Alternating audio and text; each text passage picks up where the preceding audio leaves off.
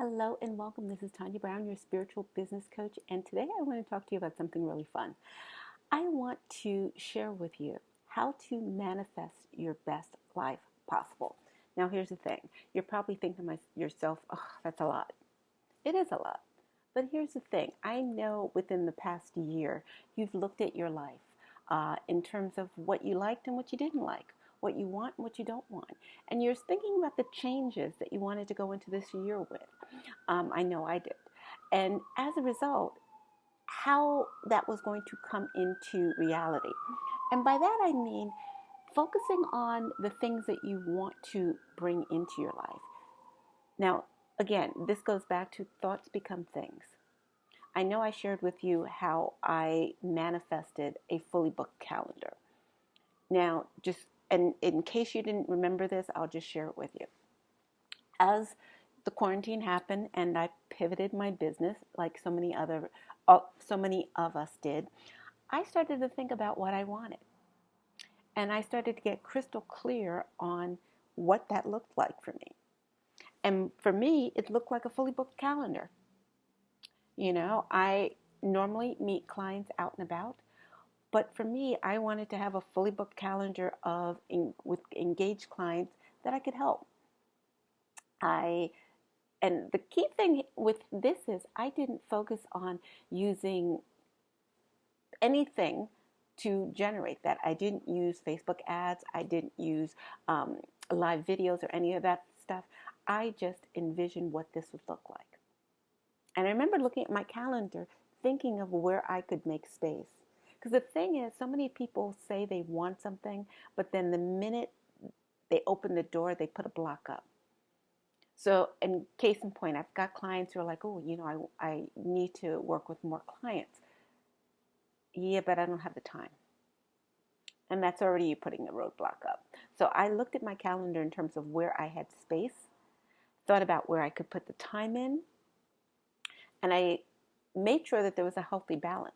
I love working hard, but I also like me time and self-care time, and I added that in there. And sure enough, in a short period of time, it all manifested to the point I was looking at my calendar less than a month after me doing this and thinking, oh, it happened. So, but that's the thing. It's about getting clear on what you want. And you could do this with your calendar. You could do this with your love life. You could do this with everything. Now, it's about grabbing a notebook and I don't like to write things down. I like to envision them. That's the perfect situation. If you watched my video on how Oprah validated my manifestation process, it's true. Manifestation starts in the mind, and it's being on the same plane as the energy that you're bringing towards you. So when I say that I want more clients, I'm not saying that and then saying I don't have the space for it. I don't have the time for it. I am making the time for it. I'm putting the availability on my calendar and being willing to receive new clients. To the point that I was getting people booking me going, do you have any availability on this date? Do you have any of that? I still get that. But right now it's like thinking about the other things you want. And I'm going to just go into it with, do you want love? What does that look like? Can you envision what it will feel like? Just holding that partner's hand, going for a walk on the shore, thinking about the places that you would like to revisit with that person. What you would be wearing and I'm saying this in terms of not that you're going to get so specific to the point that you're like, okay, this person is coming Friday. No, it's not about the specificity of the dates and the situation. It's about how you're going to feel. And again, looking at the calendar on the fully booked calendar, I thought of how I was going to feel. I thought of where I had the time. I made the space for the clients to come in, and I had allocated the times that I could work with them and I would be comfortable. Using this for relationships, same thing. Looking at this in terms of where does this person fit into my life? Do I see myself, going for drinks with this person? One of the things that I couldn't stand when dating was coffee dates. Like it would seem like just a weird scenario. So I think of that in that term. Okay, you don't like coffee dates. You know what? I think it would be a fun, like maybe French fry date.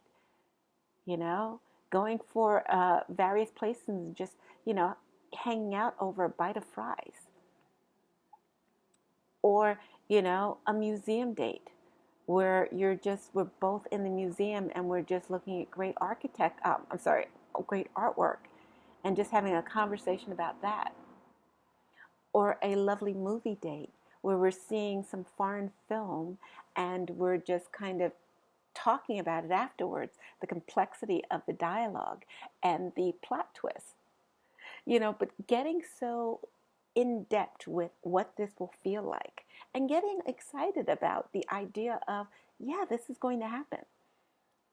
Even to the point that maybe you're looking at your weekend bag and you're thinking, oh yeah, I like that bag. That's going to be a fun bag to pack up my stuff in, and just hang out for a weekend when we go away to the Jersey Shore, or we take a trip to Florida, or, maybe when we go to LA the next time. But putting it into that context, that gives you the vibration of raising the energy. When people say raising the vibration, that's what you're doing by getting so excited about the idea that this is going to come. And being very non-negotiable about that. And here's the thing, as human beings, we have a tendency to wait and ask for permission. I didn't ask for permission on any of these things. I do and ask for permission later. Case in point. So when I'm thinking about, I'm not asking anybody, well, would that be, no. Give yourself permission to ask and co-create. There is a Abraham Hicks, she would always say co-creation, and that's the thing. We are co-creating our future. So when you're putting all these things out there, be very non-negotiable about it. And act as if it's already happened. The trip that you're going to do with your spouse. And you're probably saying to yourself, I don't have a spouse yet. They're coming. Think about the places you're going to go. How does that energy feel when you introduce them to your friends and family? How do those parties feel when you're just laughing and having just another cocktail or another piece of a burger before you head on out? How is that going to feel? Get into the energy of the things that you desire and act as if they've already happened. You make it such a strong train that's going to pull into the station, because you're building the train. You're building the foundation and expect it to happen. And in case just to kind of give you more clarity on this, I will share with you one story for context and clarity. At the time I was freelancing, and at the time I was working at a job that, it wasn't the most fun place. And jobs aren't always fun, but this wasn't the most fun place, and it had a bit of a toxic energy. The boss that I worked for wasn't the nicest person, but she didn't see that, and to the point that it just didn't feel like the healthy environment for me. And instead of me complaining about this, because I don't like complaining, I feel like that's just a waste of energy, I started to think about where I was going to be. And I remembered I started this in the summer. And I said, this is fine. It doesn't matter about the crap that's happening right now, because I'm not going to be here come February. And I started to envision what type of company that I was going to be working at.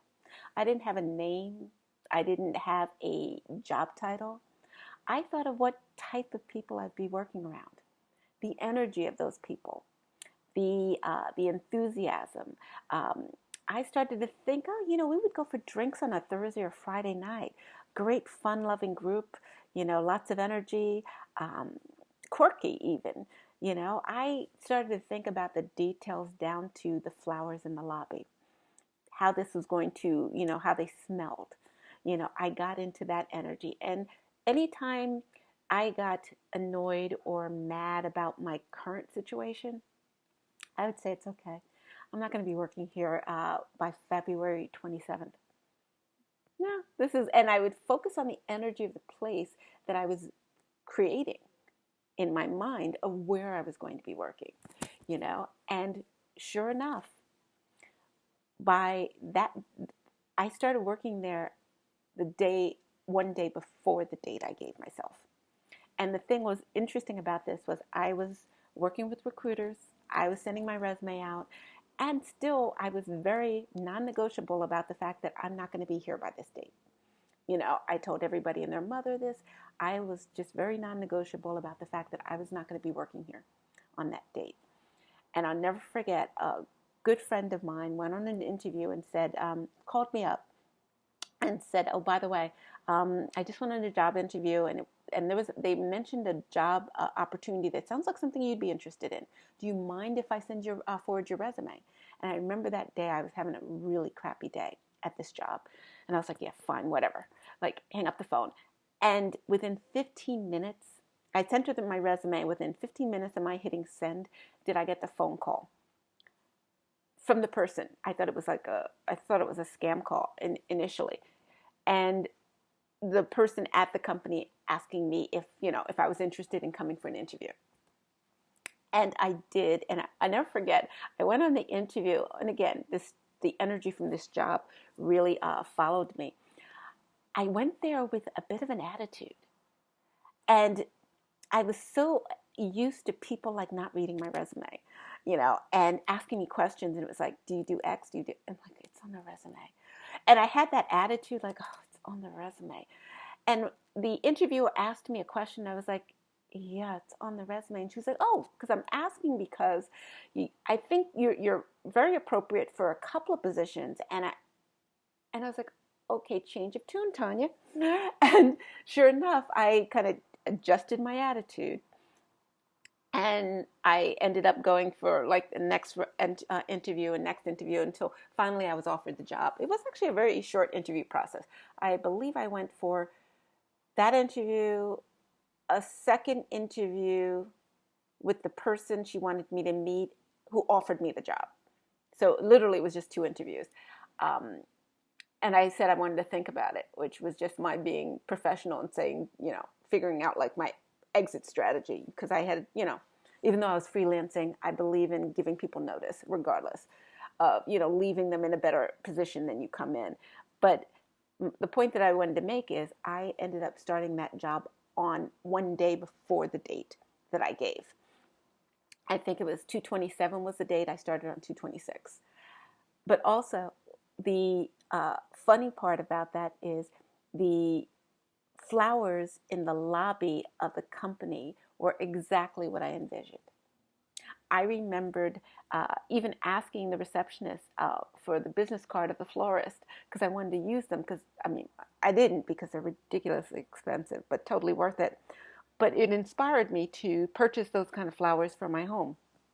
But that being said, I co-created that job.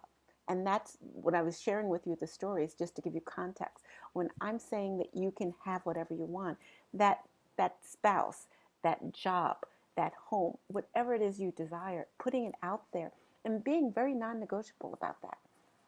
I've said so many things to so many people about, the things that I desire. One of them is relocating. I'm moving to a warmer location. I don't know where that is. I don't know when I'm going, but I know I'm not going to be in a cold winter again next year. But I put it out there. I am very confident that's going to happen, but I can't tell you where I'm going because I don't know yet, But that's one of the things that I'm working on. But again, this is just to give you context on how you can start bringing the things that you desire into your life. Oh, and by the way, if you haven't already done so, please like this video. Don't forget to subscribe because I put out amazing content on a weekly basis. And don't forget to share this with somebody that you feel that would be benefiting. Also, before I forget, don't forget to join my private Facebook group. That's what I wanted to share with you. One of the things that so many of my clients have said to me is about working with them to tap into their intuition, into their gifts and their spirituality and much more. And that's what I created this private Facebook group, because I'm going to be putting out trainings to help you do such that. I love doing readings. I love working with my clients, but it's like teaching somebody how to fish as opposed to doing the fishing for themselves. Because one of the great things about this is we all have gifts. We all have our guides around us, but being able to connect and tap in is just amazing.